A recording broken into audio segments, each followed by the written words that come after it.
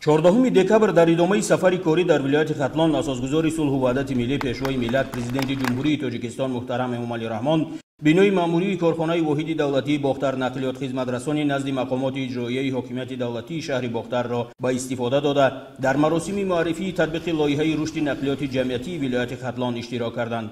عملی سازی لایحه رشد نقلیات جمعیتی ولایت ختلان با دستور و سفارش‌های پیشوای ملت محترم امامعلی رحمان صورت گرفته مقصد تطبیق آن جاری نمودن خدمترسانی نقلیات جمعیتی داخل شهری و نزد شهری با استفاده از اتوبوس‌ها، بلند برداشتن صفت خدمترسانی مسافرکشی، پست کردن حالت تنبشوی نقلیات در راه‌های ماشینگرد، بلند برداشتن بی‌خطری حرکت در راه‌ها و بهتر نمودن وضع اکولوژی عبارت میباشد.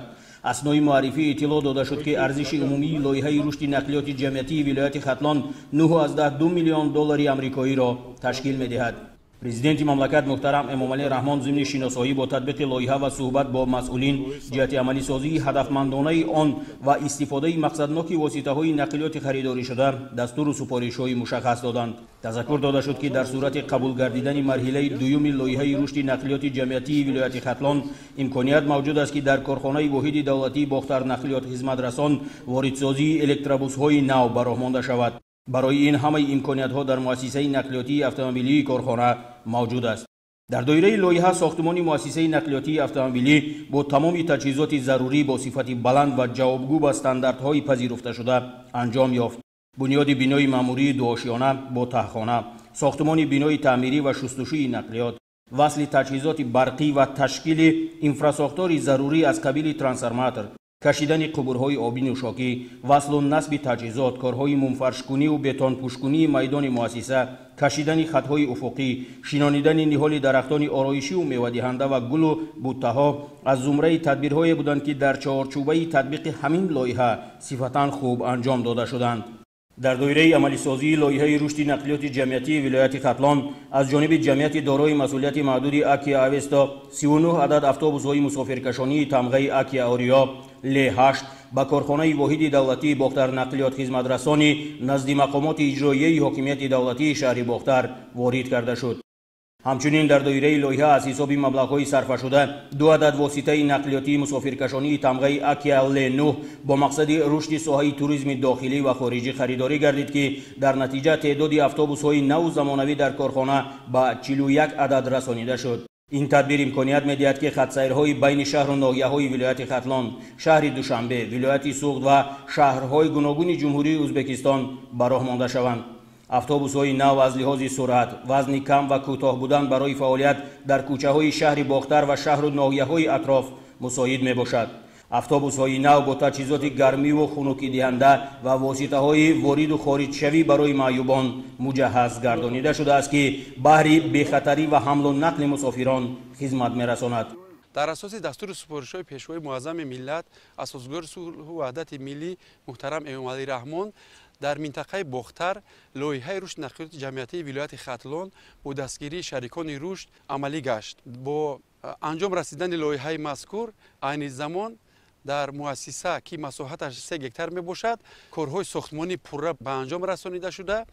فرمایشگر کارخانه کمونالی واحد دولتی باختر نقلیات خدمترسان و پودرچی ساختمان جمعیتی دارای مسئولیتش محدودی صابرسان بوده. از طرف این شرکت عین زمان تمام کارهای ساختمانی با صفت بلند به انجام رسانیده شد و در برابر این طبق دستور سفارش‌های پیشوای ملت که در رفت آزمون خرید شرکت‌های وطنی اشتراک نمایند در خرید اتوبوس‌ها نیز شرکت وطنی اکیا اوستا غالب آزمون برآمده.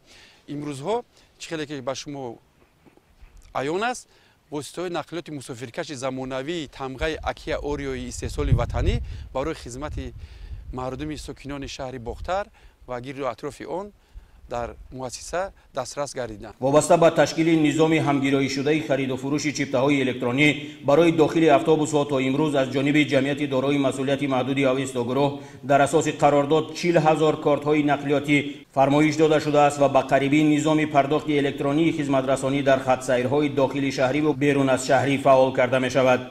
بعد به استفاده دادن کارخانه واحد دولتی باختر نقلیات خدمترسان 130 نفر شهروندان با جای کاری دائمی تامین شدند. کارخانه واحد دولتی باختر نقلیات خدمترسان در قسمت جنوب و غربی شهر باختر در شاهراه باختر کلاه بنیاد گردید که این روند در تنظیم حرکت واسطه‌های نقلیات جمعیتی و آسان و ساده گردیدن رفت و آمد ساکنان و مهمانان به شهر و ناحیه‌های اطراف مساعدتی فعال خواهد کرد. از شماره عمومی 41 واسطه نقلیات به کارخانه وارد گردیده 11 عدد اتوبوس در خط سیر باختر کوشانیان وخش فعالیت را آغاز نموده است.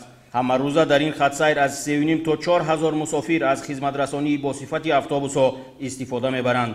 تصمیم مذکور باعث خوشحالی و فرحمندی ساکنان شهر باختر و ناحیه‌های اطراف گردیده است. ضمناً با استفاده دادن کارخانه واحد دولتی باختر نقلیات خدمت رسان کار در خط سیرهای دیگر آغاز شد. شاهد واقعه هستیم که با تشبوس پرزیدنت محترم پیشوای ملت امامعلی رحمان با کارخانه واحد دولتی باختر نقلیات خدمت رسان خب اتوبوس هایی که زمانویی که با طلبات زمانوی جوابگو است البته تامین شدند و از آن جمله نرخ چیپته هایی که برای هر یک مسافر مقرر کرده شده است. این باعث خرسندی است که خدمت رسانی ها از روی مقررات یعنی که برای ساکنان شهر باختر دسترس می باشد. ما در خط سیر رفت آمد داریم، نرخ نو نسبتاً ارزان.